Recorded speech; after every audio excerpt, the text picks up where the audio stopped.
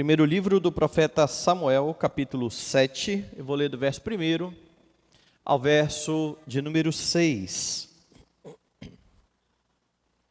Diz assim o texto: Então vieram os homens de Kiriate Jearim e levaram a arca do Senhor à casa de Abinadab, no outeiro, e consagraram Eleazar, seu filho, para que guardasse a arca do Senhor. Sucedeu que desde aquele dia a arca ficou em Kiriate Jearim, e tantos dias se passaram, que chegaram a 20 anos. E toda a casa de Israel dirigia lamentações ao Senhor. Falou Samuel a toda a casa de Israel, dizendo: Se é de todo o vosso coração que voltais ao Senhor, tirai dentre vós os deuses estranhos e os astarotes, e preparai o coração ao Senhor, e servi a Ele só. E Ele vos livrará das mãos dos filisteus. Então os filhos de Israel tiraram dentre si os Baalins e os astarotes, e serviram só ao Senhor. Disse mais Samuel: Congregai todo Israel em Mispa, e orarei por vós ao Senhor. Congregaram-se em Mispa, tiraram água e a derramaram perante o Senhor, jejuaram aquele dia e ali disseram: Pecamos contra o Senhor. E Samuel julgou os filhos de Israel em Mispa. Vamos orar. Amado Senhor e Salvador, queremos exaltar o Teu nome. Queremos agradecer a Deus porque o Senhor nos conclama, nos convoca a adorar o Teu santo nome, e nesta manhã nos reunimos com este propósito, na certeza de que Cristo, o nosso Salvador, nos garante que sejamos aceitos na Tua presença. Nesse instante, ó Pai Santo, a Tua palavra foi lida e será pregada. Que o Senhor venha, ó Deus, em nome de Jesus, falar ao nosso coração para a Tua glória e louvor. É o que pedimos, em nome do nosso Redentor. Amém.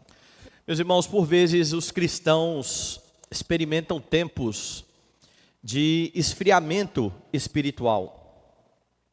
Apesar de estarem na igreja, de participarem dos cultos, a religião, como no tempo de Samuel, acaba sendo mais nominal do que sincera.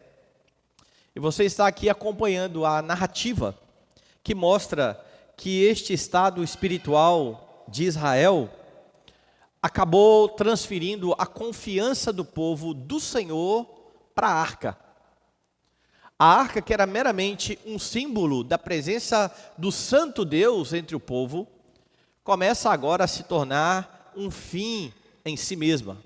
E o povo acha que porque tem a arca, está salvo. Isso acontece também com a própria lei do Senhor. Lembre que o judeu, no Novo Testamento principalmente, vai ser visto como aquele que entende que porque eles são um povo do pacto e porque eles têm a lei do Senhor, basta cumprir a lei e então eles estarão salvos. Como eu dizia, sem atentar para a realidade de que o coração estava longe do Senhor e de que a arca, os símbolos, os objetos em si, não levavam o povo a uma vida de santidade. Isso estava acontecendo no tempo de Israel.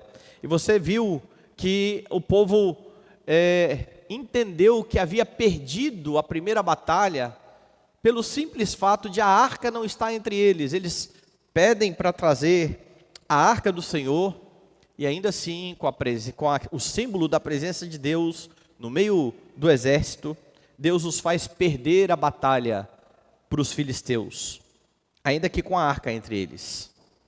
Mas quando os filisteus levam a arca e colocam ali no templo de Dagon, a fim de demonstrar a superioridade de Dagon, Deus demonstra o seu poder, lança Dagon por terra, fere os filisteus, deixando claro para os filisteus que o Deus deles era um Deus falso. E deixando claro para Israel que o problema era de fato o afastamento, o esfriamento daquele povo. O povo estava longe do Senhor. E então vem o momento em que os filisteus estão temerosos, agoniados. Eles resolvem devolver a arca do Senhor. E quando a arca vem chegando, os israelitas se alegram. Volta o símbolo, volta o sinal da presença de Deus. E eles acabam vendo muitos morrerem, porque eles olham para dentro da arca. É um povo que não está atento à lei do Senhor e transgride a lei do Senhor. Esse episódio leva o povo então a confessar a santidade de Deus. Quem é que pode estar na presença de um Deus tão santo assim? E o texto que nós lemos mostra que o povo, este povo de Bet-Semes, envia a arca para outra localidade, para Kiriat Jearim, para que eles guardassem então ali a arca. Dê uma olhada no verso 21 do capítulo 6. Enviaram, pois, mensageiros aos habitantes de Kiriat Jearim, dizendo: os filisteus devolveram a arca do Senhor, descei, pois, e fazei-a subir para vós outros. Então vieram os homens de Kiriat Jearim e levaram a arca do Senhor à casa de Abinadab, no outeiro, e consagraram Eleazar, seu filho, para que guardasse a arca do Senhor. A ideia é, nós morremos ao olhar para a arca, Deus é santo, guarde a arca com vocês.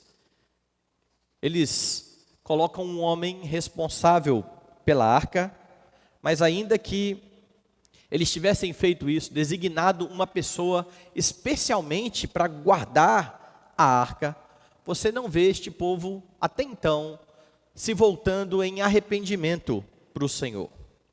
Os versos que foram lidos vão narrar a mudança dessa situação. Vão narrar um momento em que esse povo, de fato, volta-se para Deus. E a partir desse texto você percebe como é que você se volta para o Senhor. Talvez você esteja num momento da vida onde você tem vivido uma religião nominal, um cristianismo nominal. E é imperativo que você volte ao Senhor. Como é que você faz isso? O texto mostra que a fim de voltar para o Senhor, você precisa lamentar o seu estado. Você precisa lamentar o fato de estar longe da presença do Senhor. Lembre aqui de um contexto um pouco mais anterior. Quando os filisteus levaram a arca embora, quando eles perderam a batalha, você vai se lembrar que essa notícia chegou até Eli. Eli, que estava assentado, caiu, quebrou o seu pescoço, morreu. A sua nora, então, ficou sabendo também da notícia de que tanto Eli quanto o seu marido e o seu cunhado haviam sido mortos naquela guerra. E naquele momento, então, de tanta angústia, ela acaba tendo um filho. Depois dela ter o filho, ela também morre. Mas antes disso, ela nomina o filho. E ela dá ao filho o nome de Icabô, ou Icabode. O que significa isso? Foi-se a glória de Israel. Mas de forma irônica, essa mulher se referia ao objeto, a arca. Porque a glória do Deus de Israel já não estava mais com Israel. O povo já estava longe do Senhor há tempos, e isso fica evidente, tanto quando eles perdem a batalha, quanto no momento em que agora eles trazem a arca de volta, quebram a lei do Senhor, e Deus causa um grande morticínio entre eles. Veja aí no capítulo 6, no verso 19. Feriu o Senhor os homens de Bet-Semes, porque olharam para dentro da arca do Senhor. Sim, feriu deles 70 homens. Então o povo chorou, porquanto o Senhor fizera tão grande morticínio entre eles. Deus não está mais com o povo. Este povo é um povo de dura cerviz. Mas agora a arca está novamente com o povo. Eles guardaram a arca, mas eles continuam debaixo do jugo dos filisteus por 20 anos. Desde que a arca foi tomada e trazida de volta, agora já se passam 20 anos, a situação continua a mesma. O povo continua longe dos caminhos do Senhor. Veja o verso 2. Sucedeu que desde aquele dia, a arca ficou em Quiriate Jearim, e tantos dias se passaram, que chegaram a 20 anos, e toda a casa de Israel dirigia lamentações ao Senhor. 20 anos de opressão debaixo dos filisteus por conta do pecado, por estarem afastados do Senhor, por terem abandonado o glorioso Deus de Israel. E Deus então coloca o povo nessa terrível situação. E é esta terrível situação de jugo que leva então os israelitas a lamentar a sua sorte. Se você olhar bem, está evidente aqui o afastamento de Deus, porque a arca está entre eles, mas eles continuam debaixo da opressão. Deus continua a castigar esse povo. E essa é a situação, meus irmãos, de muitos crentes. Eles fazem parte do rol de membros da igreja, eles participam de alguns trabalhos da igreja, se envolvem em alguns deles, ainda que com pouca frequência, sem muita empolgação, mas eles acham que eles estão perto do Senhor, porque eles estão perto da igreja.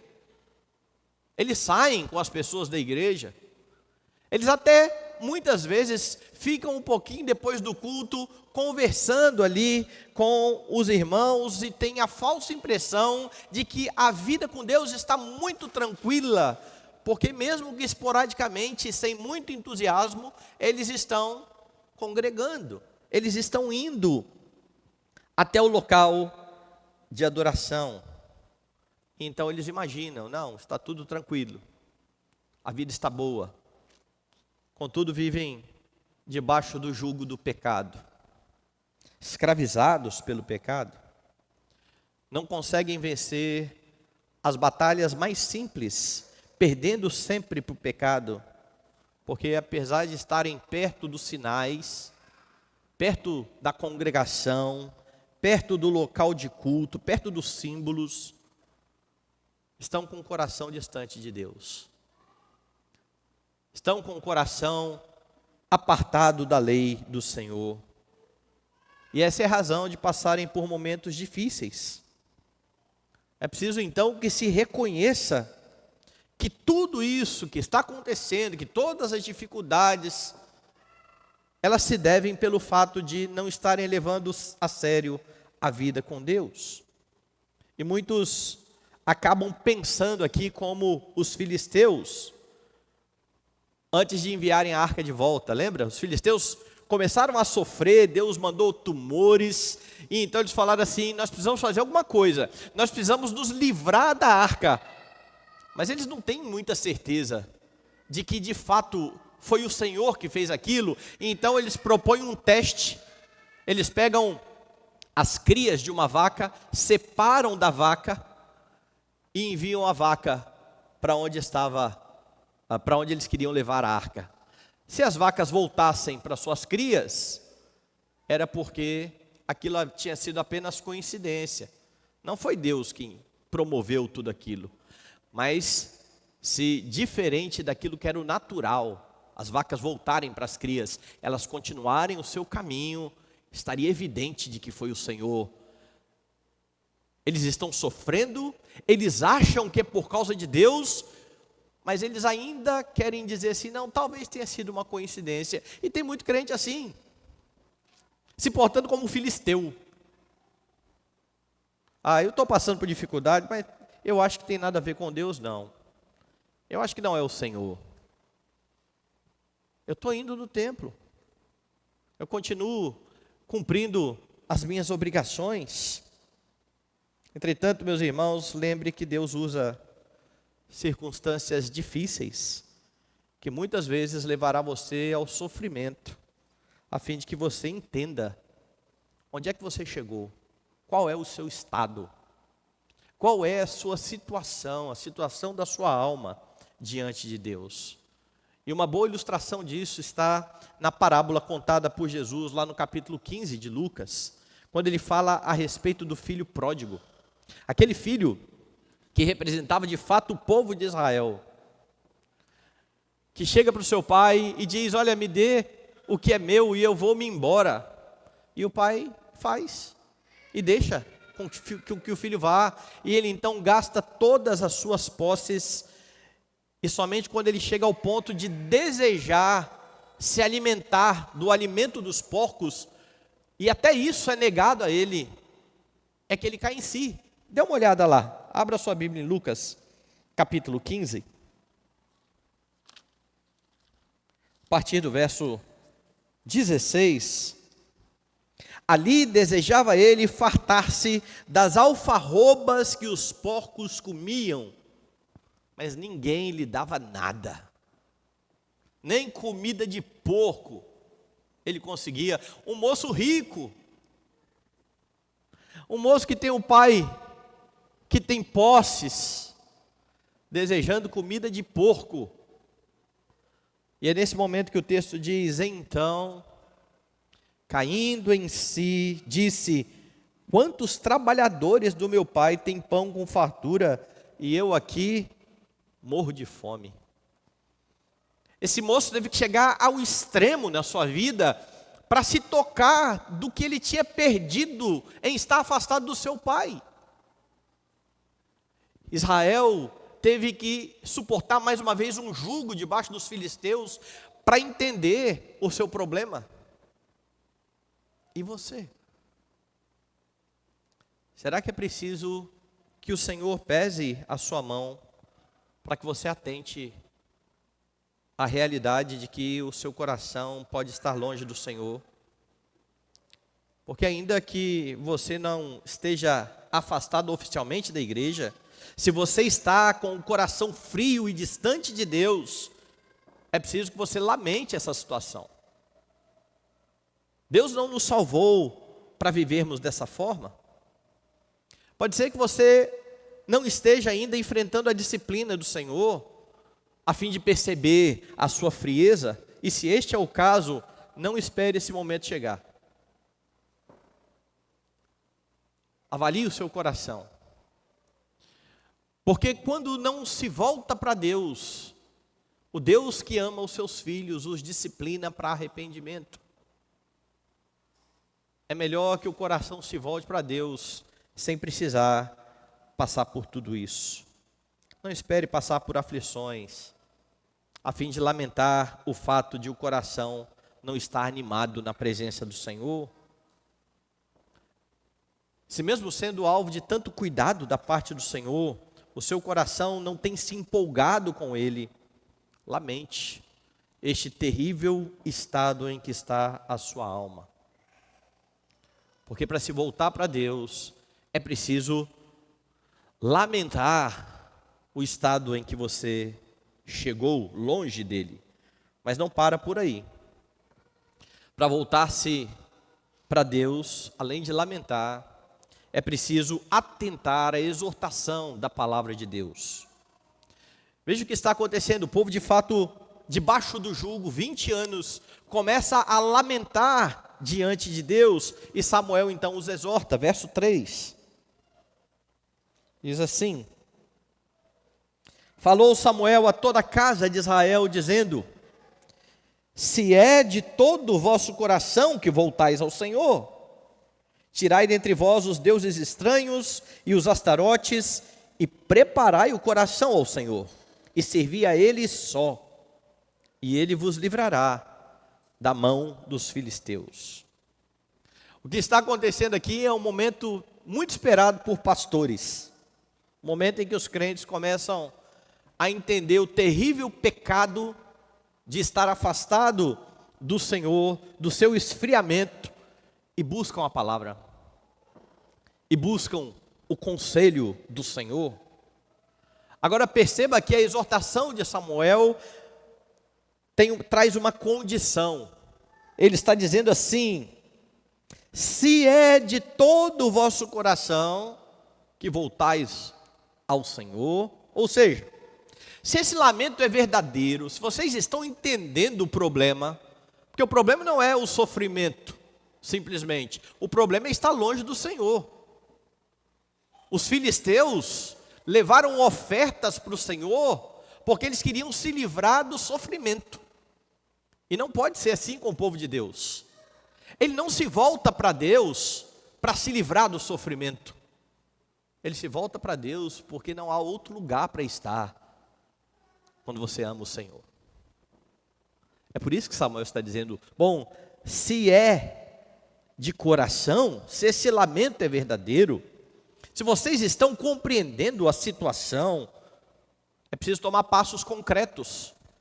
E a exortação de Samuel diz, vocês precisam livrar-se da idolatria, vocês precisam preparar o coração, vocês precisam servir a Deus. Vocês precisam tirar de entre vocês os astarotes.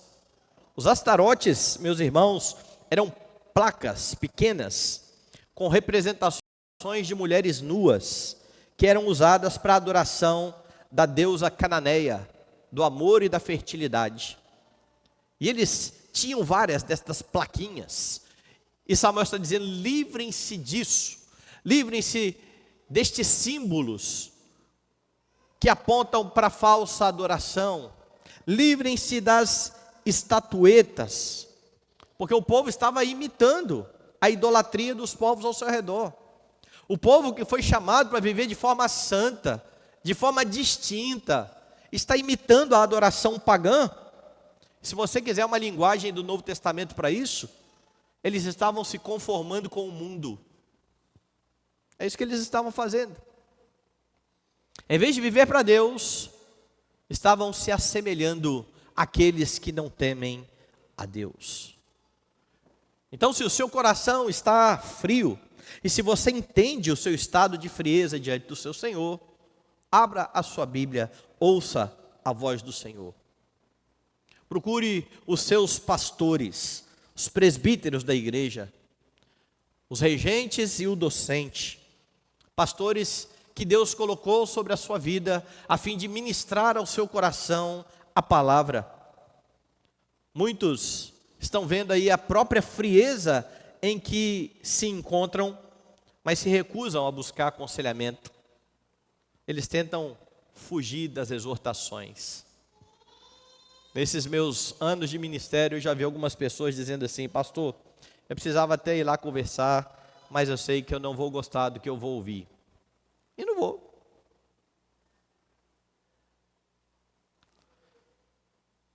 Quando você entende que a sua vida não está como deveria ser, você não pode fugir da palavra de Deus. Deus fala ao seu povo, Deus trata o coração do seu povo, Deus santifica o seu povo por meio da palavra, então não fuja disso. Pois ainda que por muitas vezes a exortação seja dura, ela é parte da cura. O pessoal não entende muito bem isso hoje, principalmente as crianças, porque hoje nada pode doer e nada pode fazer sofrer. Mas quem era da minha época aí, década de 80, 90, sabe que machucava um pouquinho, o remédio era pior do que a ferida, certo? Tal do metiolate, era uma tristeza aquilo lá. Era botar aquela pazinha lá e o menino gemer. E pensar 20 vezes ele queria se arranhar de novo. Mas curava. Curava. Por vezes Deus fala de forma dura ao seu povo. Mas Samuel faz mais, veja aí no verso 5. Disse mais Samuel, congregai todo Israel em Mispa, e orarei por vós ao Senhor. Agora então ele assume o seu papel sacerdotal, e se dispõe então a interceder, a orar ao Senhor pelo povo, mas ele exorta o povo a estar junto, reunido, congregado em Mispa. E eu reforço, Deus deu a você pastores que velam por sua alma, que estão prontos para exortar, mas que estão prontos também a orar por você. E eles fazem isso não porque são sacerdotes, como era o sacerdote do Antigo Testamento. Pelo contrário, eles fazem isso confiados na intercessão do grande sumo sacerdote. Aquele para quem todos os sacerdotes do Antigo Testamento apontavam. Como profeta, Jesus, este sacerdote que intercede pelos seus, fala pela palavra. E à destra do Pai, Ele ora por você. Nos cultos da noite estamos vendo a oração sacerdotal de Jesus. Ele fez a oração pelos seus discípulos, Ele continua intercedendo pelo seu povo. E ao colocar líderes sobre a igreja, quando estes líderes se põem a orar pelo povo, eles precisam fazer isso mediados pelo grande sumo sacerdote. Os presbíteros, então, são pastores auxiliares do Supremo Pastor das almas. E se você quiser se voltar para Deus, não tente ou não deixe de atentar às exortações que há na Escritura. Não fuja dos líderes que o Senhor colocou sobre a sua vida. Mas há um último passo. Depois de você lamentar a sua situação, depois de você ouvir a exortação, é preciso que você se arrependa de todo o coração. Porque de nada adianta ficar lamentando a sua sorte, se isso não leva você à contrição, a estar aos pés de Cristo. Tem muito crente que vive a murmurar. Não é lamento, é murmuração. A grande diferença do lamento e da murmuração, o lamento te leva aos pés de Cristo. A murmuração é só você reclamando de como a sua vida é terrível, de como outros têm uma vida melhor do que a sua, de como você merecia uma vida melhor e Deus não dá a você, mas o seu coração não se volta para Ele. Não passa de reclamação vazia, dia após dia. Ao entender a situação de esfriamento, ao ouvir a exortação da palavra de Deus, é preciso se arrepender. E no texto você percebe que o povo de fato se arrepende. Verso 4. Então os filhos de Israel tiraram dentre si os Baalins e os Astarotes e serviram só ao Senhor. Veja o verso 6. Congregaram-se em Mispa, tiraram água e a derramaram perante o Senhor, jejuaram aquele dia e ali disseram: pecamos contra o Senhor. E Samuel julgou os filhos de Israel em Mispa. Eles se livraram dos ídolos e serviram ao Senhor. A ideia aqui é que eles estavam de fato com o seu coração compungido, contrito. É por isso que eles derramam água. A ideia aqui de derramar água é um símbolo da purificação pela culpa que foi confessada. Eles estavam sendo lavados, eles estavam sendo purificados. O jejum aponta também para este arrependimento sincero. Agora, pense bem, a idolatria, ela leva a práticas morais e éticas pecaminosas e erradas. O que está acontecendo aqui é mais do que jogar um pedaço de gesso fora, uma imagem de escultura fora. Não é só isso que está acontecendo. Junto com lançar fora os ídolos, os falsos deuses, há uma mudança de coração, uma mudança de mente, de atitude diante do Senhor. Porque quando alguém serve a ídolos, a sua ética é pautada pelos ídolos. Quando alguém se volta para o Senhor, abandonando os ídolos, ele precisa assumir agora a ética da palavra de Deus. Ele precisa se voltar à lei do Senhor. Não é só um ato externo, é um ato do coração. Então, como eu disse, mais do que jogar imagens fora, foi uma renovação do compromisso para com o Senhor. É aquilo que o Novo Testamento vai dizer: não se conforme com este século, transformai-vos pela renovação da vossa mente, para que experimenteis qual seja a boa, agradável e perfeita vontade de Deus. É sair de uma situação antiga e ir para nova. Quando o arrependimento é genuíno, meus irmãos, ele leva à ação. Volte lá em Lucas capítulo 15, na história que eu já mencionei aqui, do filho pródigo. E veja o que aconteceu depois que ele caiu em si. Lucas capítulo 15. Verso 17 diz: Então, caindo em si, disse: Quantos trabalhadores do meu pai têm pão com fartura, e eu aqui morro de fome? Ou seja, aqui ele está lamentando a sua situação. Que terrível é o estado em que eu me encontro. Mas ele não para por aí. Olha o que ele faz no verso 18. Levantar-me-ei, irei ter com o meu pai, e lhe direi: Pai, pequei contra o céu, e diante de ti, já não sou digno de ser chamado teu filho, trata-me como um dos teus trabalhadores. E levantando-se, foi para o seu pai. Ele lamenta, ele toma atitudes concretas. Eu vou ao meu pai. E ele vai. E ele vai certo de que chegará no seu pai e confessará a sua culpa. Como eu disse, tem muito crente lamentando a sua situação, se dizendo arrependidos dos seus pecados, mas não mudam de vida, não mostram fruto de arrependimento, continuam vivendo da mesma forma. Arrependimento implica mudança. Lembra de Zaqueu? Senhor, resolvo dar aos pobres metade dos meus bens, e se em alguma coisa eu tenho defraudado alguém, eu vou restituir 4 vezes mais. Ele entendeu a situação, ele corrige a situação. Ele não simplesmente se mostra entendido do que está acontecendo, mas fica ali na sua inércia. Se você continua em suas práticas pecaminosas, depois de ter entendido a sua situação, depois de ter ouvido a exortação da palavra, não se engane achando que as coisas irão mudar. Não tenha diante de você falsas esperanças, porque produzir frutos dignos de arrependimento é que é a evidência do arrependimento.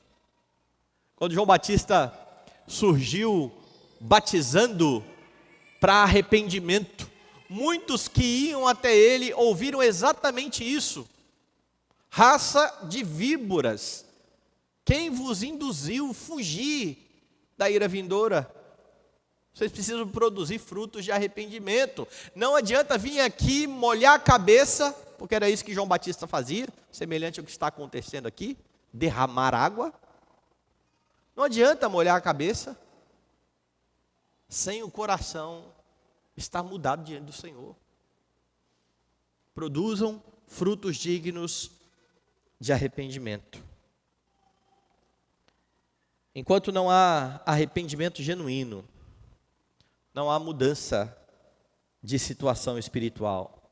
Essa é uma verdade para os não crentes, que precisam entender a sua situação de pecado e de miséria, a fim de se voltar para Cristo arrependidos e ter nele vida eterna. Mas essa também é uma realidade para aqueles que já têm a vida eterna, mas que a semelhança da igreja de Éfeso precisam voltar ao primeiro amor, porque abandonaram as primeiras obras. Então, ao passar por momentos de frieza e afastamento do Senhor, você precisa lamentar a sua situação, você precisa atentar à palavra, você precisa se arrepender de todo o coração. Após o reconhecimento do pecado, é dito aqui no texto que Samuel julgou os filhos de Israel. A ideia é de que Samuel é o mediador deste povo. E certamente ele está aqui apontando para Cristo Jesus, o único que garante perdão dos pecados e reconciliação com Deus. No verso 9, veja, diz assim: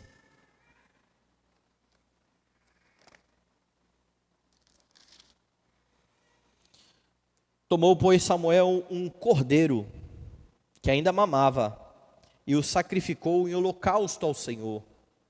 Clamou Samuel ao Senhor por Israel, e o Senhor o respondeu. Ele tinha dito que iria orar pelo povo. E ao orar pelo povo, ele oferece sacrifícios, o que é aceito pelo Senhor Deus. E tudo isso é visto de forma inequívoca e perfeita na obra sacerdotal de Jesus, em Hebreus capítulo 10, a partir do verso 1, você tem assim: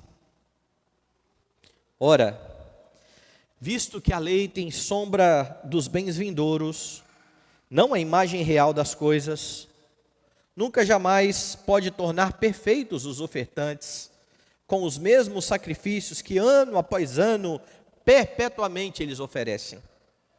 De outra sorte, não teriam cessado de ser oferecidos, porquanto os que prestam culto, tendo sido purificados uma vez por todas, não mais teriam consciência de pecados. Entretanto, nesses sacrifícios faz-se recordação de pecados todos os anos, porque é impossível que o sangue de touros e de bodes remova pecados. Por isso, ao entrar no mundo, diz: sacrifício e oferta não quiseste, antes um corpo me formaste. Aqueles que neste fim de semana estão celebrando o Natal, muitos deles não têm ideia da razão do nascimento de Cristo, que está sendo proclamado aqui. Ao entrar no mundo, um corpo me formasse. Deus se fez carne e habitou entre nós, com uma finalidade. Não te deleitaste com holocaustos e ofertas pelo pecado, então eu disse: eis aqui estou. No rolo do livro está escrito ao meu respeito, para fazer, ó Deus, a tua vontade. Depois de dizer como acima: sacrifícios e ofertas não quiseste, nem holocaustos e oblações pelo pecado, nem com isto te deleitaste, coisas que se oferecem segundo a lei. Então acrescentou: eis aqui estou para fazer, ó Deus, a tua vontade. Remove o primeiro para estabelecer o segundo. Nessa vontade é que temos sido santificados, mediante a oferta do corpo de Jesus Cristo, uma vez por todas. Quando Samuel ora pelo povo e oferece holocaustos, e Deus aceita aquilo, é por causa do que o filho dele fará mais à frente. E agora é o próprio filho, que além de ser a oferta perfeita, é o sacerdote que está intercedendo pelo Pai, e ele faz isso por você. Quando o seu coração se encontra distante dele, e você se volta para ele em contrição, é Cristo que clama por você, garantindo perdão e redenção. E como profeta, ele continua a falar a você por meio da palavra. Isso significa que cabe a você dar ouvidos à voz que consola, mas que também exorta. Rejeitar a exortação da palavra é rejeitar o próprio Cristo. Agora pela manhã participaremos da mesa do Senhor. Ao olhar para o pão e para o vinho da ceia, lembre-se então da gloriosa obra realizada por Cristo Jesus, o bendito e supremo mediador. Porque sua obra é vista na ceia, é que Paulo ordena: examine-se o homem a si mesmo e coma. Diante de pão e vinho, diante da encenação, da única encenação aprovada e requerida por Deus, a ceia do Senhor. Quando você contempla os elementos, você não pode permanecer como você está. Você precisa se arrepender dos seus pecados e encontrar graça no sacramento. O exame envolve reconhecimento das faltas, confissão do pecado, recebimento de perdão e assim participação digna na mesa do Senhor, a fim de receber a graça que fortalece. Se o seu coração tem andado frio diante do Senhor, se você entende que apesar de estar frequentando a igreja, de estar fazendo algumas coisas, cumprindo alguns deveres, dando lá os seus dízimos e ofertas, mas você não se encontra alegre diante do Senhor. Se você, à semelhança de Davi, já perdeu a alegria da salvação, é preciso pedir ao Senhor que restitua em você a alegria da salvação. E Ele pode fazer isso. Ele se deu por você. Ele cravou na cruz os seus pecados. Ele estende a você o seu perdão. Lamente a sua situação, ouça a exortação da palavra, converta-se de todo o coração